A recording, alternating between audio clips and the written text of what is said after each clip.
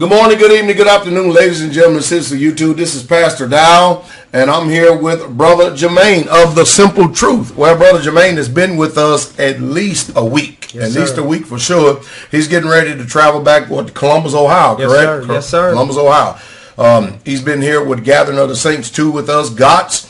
And he has met a lot of the brothers and sisters that he usually hears on the radio broadcast. He finally was able to put a face to the voice. Brother Jermaine, you'd like to tell us how your meeting, as well as the fellowship, as well as the time that you have spent here living with us here at Straitway over the past week. How's it went? Well, first of all, I can just make it real simple. You said you let the saints know I'm getting ready to leave. Well, I really don't want to leave. That's how awesome it was to be here. If I can be pure in what I want to say and how to say it, Pastor, who was that in the Bible? I don't know the names, but I know the story quite well, where the Ark of the Covenant resided there with them, and all the time that the Ark of the Covenant was there was blessings in that house. And they didn't want to leave. They didn't want it to leave. Didn't want to leave. And so since they didn't want it to leave, I don't want to leave because the Holy Spirit is heavy here. It's been a beautiful time with Pastor, being able to get to know Pastor. And, it's one thing to know someone via video like we do with YouTube, but it's also another thing to really hug a person's neck, get a chance to sit in common conversation, fellowship, and even in being taught. Because the saints out there, if you've never been here with the permission of Pastor, you need to get here. But then the other thing is, if you think that there's teaching there in the tabernacle, or you think that there's teaching there when we have scripture study, there's no greater teaching than the dining hall. I mean, I've learned so much in the dining hall with Pastor, just sharing his wisdom and being so caring and sharing to the saints. He's truly mentoring us, truly showing us what we need to do. So, the Acts, living like the book of Acts, is definitely here Straitway. Absolutely. You had an opportunity to meet the brothers and sisters scattered abroad too, right? Oh, man, had the chance to be able to not only meet them, but hold fellowship, hold some interviews. You'll see that coming real soon. But also just to be able to talk to the people that you hear about. One of the crazy things, Pastor, when I first got here, the family hadn't come from out of town as far as the saints are concerned. We just had the Straitway, the people on the land. And, when people, you walking up and people are about to introduce you to people because of this thing we have called YouTube, man. People knew who I was before I could even open my mouth, and it's a blessing from the Most High. It humbled me to have people know who I am, and they have heard the things I've done, and just shared in just commonness, because we've had that opportunity to fellowship from afar, but not in person. But to be able to be with the saints and to talk to them, it really gives you that sense of home. This is definitely a home feeling. That's what I can say. That's all right. Yeah, definitely. Well, I'll tell you what, we watched Brother Jermaine, and we was talking about some of the videos that he made the other day, and how wonderful they were. But, we had a wonderful, wonderful time here at Gathering of the Saints. A lot of videos, a lot of instruction, a lot of hands-on training. Yes, the worship service was, as usual, the Most High blessed, wasn't off the chain. Of course, deliverance service. Yes. Yeah, I mean, first of all, I have to say, being behind that, on the other side of that camera, and participating with the saints is one thing. I mean, you may get up and praise and give a wave offering, maybe dance, maybe run, whatever there. But when you are up at that tabernacle and that spirit is, Pastor, I have to say that spirit was thick. And I know it was because of the more of the saints packed in there. We were packed in there, saints, and we had a good time. But hey, Saturday Night Live was off the chain. Pastor, you want to tell them what Saturday Night Live is? Well, it's deliverance. A lot of people really truly do get set free of a lot of things that, and otherwise, when they're practicing the religion in these messianic congregations, who the Holy Spirit doesn't have even a right to be welcome or even operate in those arenas and the Christian churches. A lot of times that people, what they call this healing, what they're doing in Christian churches is nothing more than Eastern mysticism rehashed all over again. There is no healing in somebody laying their hand on top of you and they flopping around like a bunch of chickens and carrying on or falling out all over the place. That ain't what the scriptures teach. But won't you convey to the people out there the difference between being around real Hebrew Israelites as opposed to the Christian church? Well, the biggest thing I can say about that, Pastor, is that when in the Christian church, it's like you have people that act as if when it comes to the love and the fellowship and the caring. But when you're here, I was discussing with Pastor yesterday, we were talking, and I said, being here at Straitway, the minute I drove in last week, I came in, had been on the road for 6 hours, and I couldn't wait to get here to do anything I could to help, because there wasn't a whole lot of people here yet. And I got with one of the brothers, and we, just the moment we came together, it was like we'd known each other for years, and we just got to the task at hand, made it happen. And there was no strife, there was no, wanting not to do it. It wasn't, you didn't make a command or order that it had to be done. It was just in your heart to do it. And that is the difference, where it's, on this side is people putting on Christianity, that is, people putting on airs and acting as if, but over here it's just so genuine, it's so common, and it's so real. What I mean by common, it's like you're just so willing to give of yourself and want to do, because everyone has that in them. And I say all that to say that when you finally do here at Straitway get a moment to sit down, it's like you've earned that moment to sit down. You haven't been sitting down all day and this is just something else. You really earned it, because it feels great to have a chance to get a moment of rest, and then you're back at it again.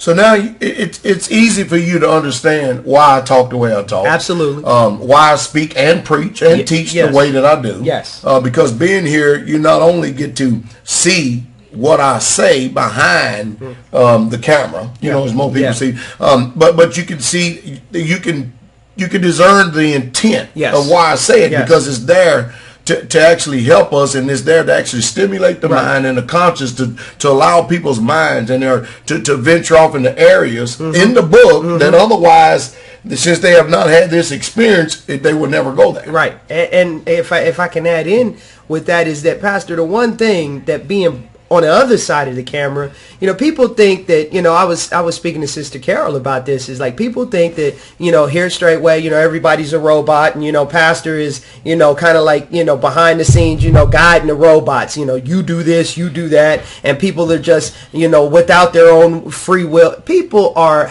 they fellowship, they laugh, they enjoy each other, you laugh, you have a good time, you have your moments where you can be kind of joking, but you have your moments when you can be serious. So it's like for every time there's a season. I mean, there's a time and a place for everything. And here at Straitway, it all comes together to work the way it should. It all comes together. It all works out. Work is done. Fellowship is done. Spiritual healing is done. It's just all. It just all fits. It all comes together in unison. There's no strife. There's no division here. People really and truly work together to have everything in common, like the Book of Acts, like you said. Can you tell the difference? Now we live this, okay, and just because we live this, let me say this: that does not make us better than anybody. It's just that we choose to obey the Most High. Right. Everybody is. Have their different situations and circumstances, albeit whatever they may be. But can you see the difference in what I'm talking about when it comes to lifestyle, as opposed to the level of discipline and the order that we have here, supposed to many people who would, still live out there? Because I always make the distinction. There's a difference between living here and living out there. Oh, it's an extreme difference. I mean, and the one big thing about it is the fact that here, if you see the land, the vastness of the land, if you did not have order, it would not work in any way, shape, or form. So what I took from that is, no, I'm not yet ready to, take on this type of task, but being able to be welcome as family, to be able to, as you say, be able to be invited back, but to be able to see it and kind of continue to get a little bit more and a little bit more knowledge. You can take this to where you are, There's an old saying, and that comes from when I used to be in the network marketing industry, but it does make sense, where it says start where you are, start where you stand, and better tools will come along. And what I take that to mean when it comes to this, I'm starting where I stand in my household and from my family and the Israelites, that we work together to worship and come together and do what we do. And we're going to do what we can do and what we have the ability to do, but we're going to get better at it because I've been here. I told the family when I talked to them on the phone yesterday, I said, when I come back home, we're going to ramp this thing up, not in a all-out express move to try to be exactly like Straitway, but to better mold and make where we are a little bit of Straitway where we are, until occupy until he comes, or until we can get to a place like you have. I'm sure you see the reason why I say if you are invited, right? And the reason being because you're dealing with different mindsets. Yes. We live in a world where people do actually, in essence, function after Gentile mindset. They assume when they come to a place like this that I'm going to Shoney's or Denny's or IHOP, I'm going to the movie theater, and everything's accommodated for me, and I can act the way I want to act. My children can tap everything and be off the chain. But I try my best to convey to the people, look, this is not your typical Christian church you're going to. Right. You are coming to our home. Yes. And I know that many of you don't practice home training. You understand what I mean? Yes. But here's a total different level of discipline, because we are, in essence, are people who actually live our lives to actually please Yah. And in that means there's a lot of ways that we have changed about ourselves, that we expect people, when you come here, to discern and actually fit into what we're doing, and not bring your home to here to us. Right. Am I making any sense? Oh, you're making all the sense in the world, Pastor. You have to come here, and if that is not a part of you, that's a big change for a lot of people. But I see more than ever. I knew from the spiritual aspect what you meant by only having gathering of the saints being exactly saints and not ain'ts. And I saw what you meant there. But when it comes to being here, we basically have ascended or descended upon your house. All this land is your house, and to have this many people coming to your house, if there's not order, there's going to be chaos. And there was no chaos. I mean, it was nothing but order for the most part. Everywhere you're going to have little situations, but for overall, I'd have to say 98% of everything that happened here with God's and with being here, it went smooth. The saints worked together with everything, and you have to definitely have a different mindset for sure. You definitely do. I tell people all the time that the reason why, not only in obeying the scriptures and obeying Yah, because I've been a Christian. I used to be a Christian. I can tell a Christian better how to be a Christian than they ever could be, if you understand what I mean.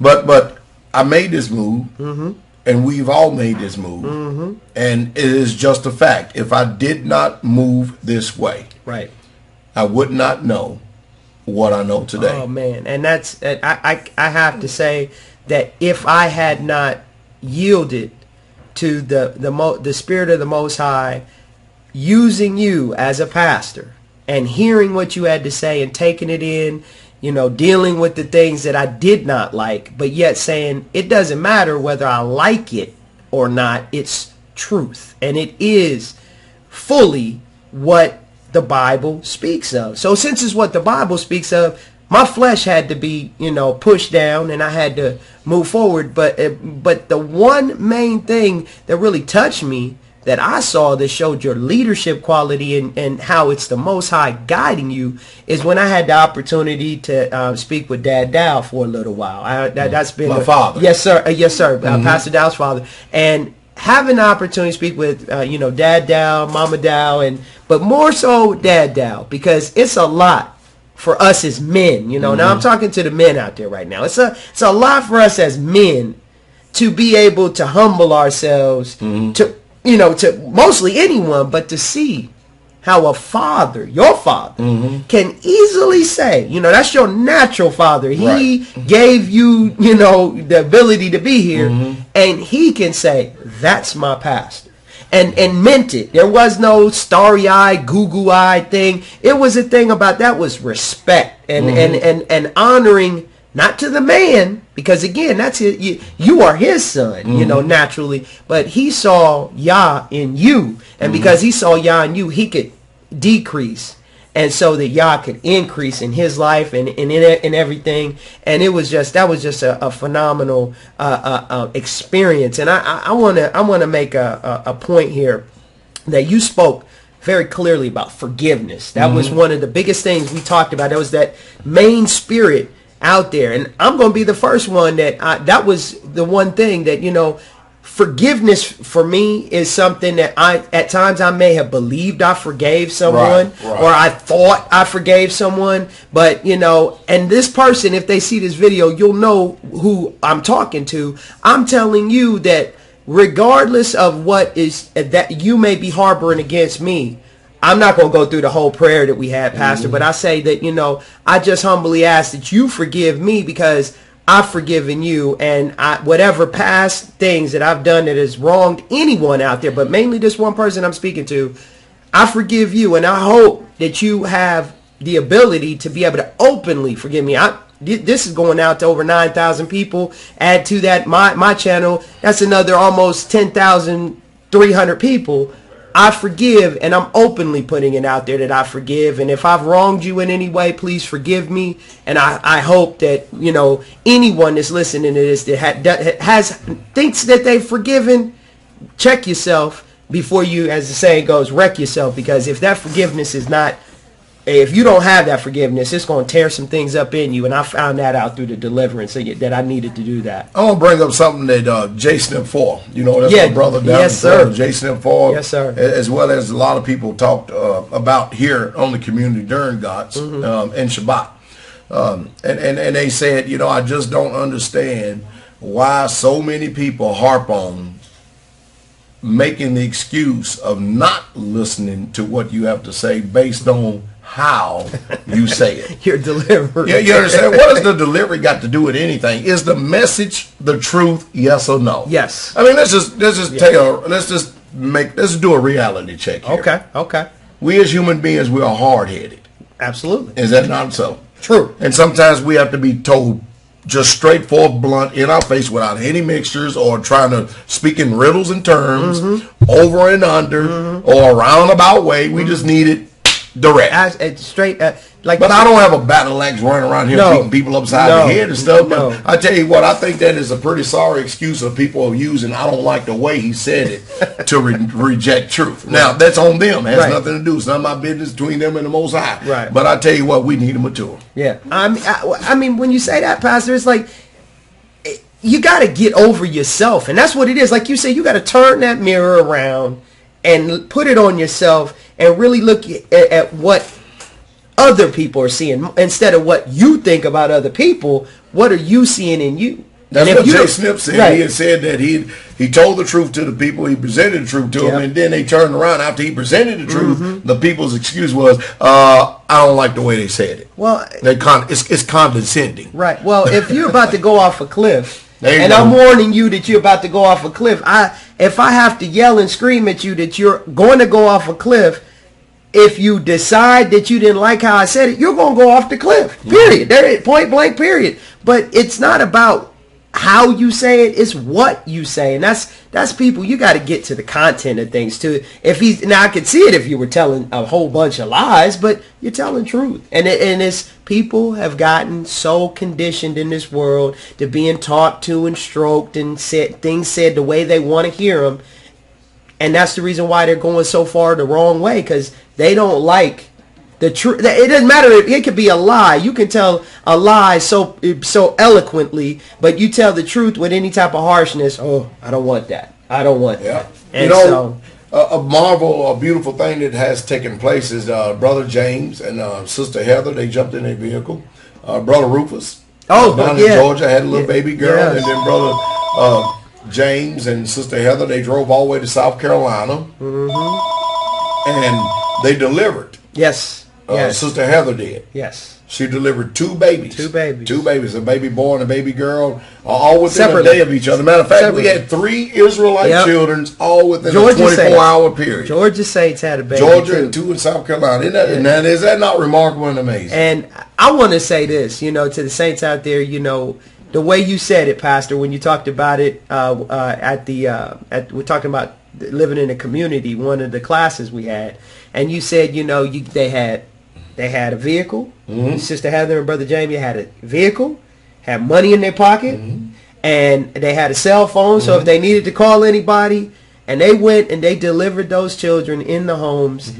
And what'd you say? We were talking about the price. Saved close to $10,000, about $45,000. Okay, because 45. I think Brother Melvin and came and told me and said it costs like $15,000 to have a baby today. Oh my God. I was told to call myself being modest by saying 9. Right. Either way it goes, we can be a little bit modest and go $30,000. You know what I mean? Okay. $30,000 for something that people have been doing ever since the beginning of time, but because of fear. We feel like that we have to go to the hospital to do it. When you don't need the hospital. People have been having babies ever since the beginning of time. It's remarkable, isn't it? The way they got us so jacked up that anytime somebody exercises faith, they're a cult, they're terrorists, there's something wrong with them. Oh, man. And they don't even think that they're being manipulated, dominated, and controlled with their occult mentality. Yes. Am I making sense? Yeah, you're making all the sense. And when people want to say, first thing when they hear Pastor Dow, when they hear about it being a community, I hope he's not, when you go down there, I hope he's not going to be serving Kool-Aid when you go down there, the Jim Jones reference. But the whole point of it is people, you really need to wake up and see that, honestly, the truth, the simple truth of the whole matter is people are behind the scenes. More people are coming together in a community type living like this. Unfortunately, for the most part, the Most High is not in it, but they're doing it because they're forced to. Out there, this world we living in is telling people, we're not talking about just people who are quote unquote broke. We're talking about people that have a little bit of finances that in their mindset want to preserve a little bit of it, and they're coming together. But nobody's calling the people that do it quietly and come together and do these things a cult. But when it's someone that's boisterous and bold like yourself, and you're putting the Most High in front of it, and He's guiding it, not you as just an individual. People don't want to hear that. You think about this for a second. Let's look at the religion of Christianity. All right? Okay. You get these preachers out there that in essence are worth, at least what they call themselves worth. I don't think they're worth anything. But worth, $10, $20, $30 million because the people keep giving them money to support their lifestyle. Absolutely. And I sit up there and I make the example over and over and over again. With the amount of money that these big-time preachers spend on these extravagant mansions and these Lear jets that they're flying around in, you could take that money and actually take care of 50 families. Are you following me? Provide land and a home for 50 families. And teach them, educate them how to do it, to live debt-free, to live away, not dependent upon the system and stuff. Are you following me? And learn how to live a quiet and peaceable life. But, the system don't want to teach you that. And the system don't want you to know that because you have to continue to keep providing for their plush lifestyle. You understand that, right? So therefore, they continue to keep fleecing the people. You people need to come out because you've been set free. And you've been set free by the word. And you need to break that unseen band of religion that has you fearful of making moves in real true faith that will lead you in the path of righteousness because you are afraid of if you do something wrong that you're going to end up going to eternal living hell because of the way that Christianity and the Messianics, all the rest of these jacked up religions has deceived you. And then one thing, like you said, you got to come out. You can't jump out. Because a lot of people want to try to put the cart before the horse. They're not ready.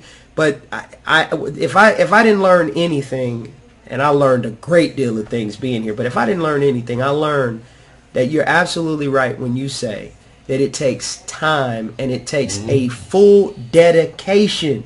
Let me say that again. Full dedication to be able to do this. You cannot do this with all different kinds of mindsets and spirit. You got to be, as the Bible says, on one accord. You have to know that you're all going in the same direction. Because you try to go in all separate different directions, it's not going to work.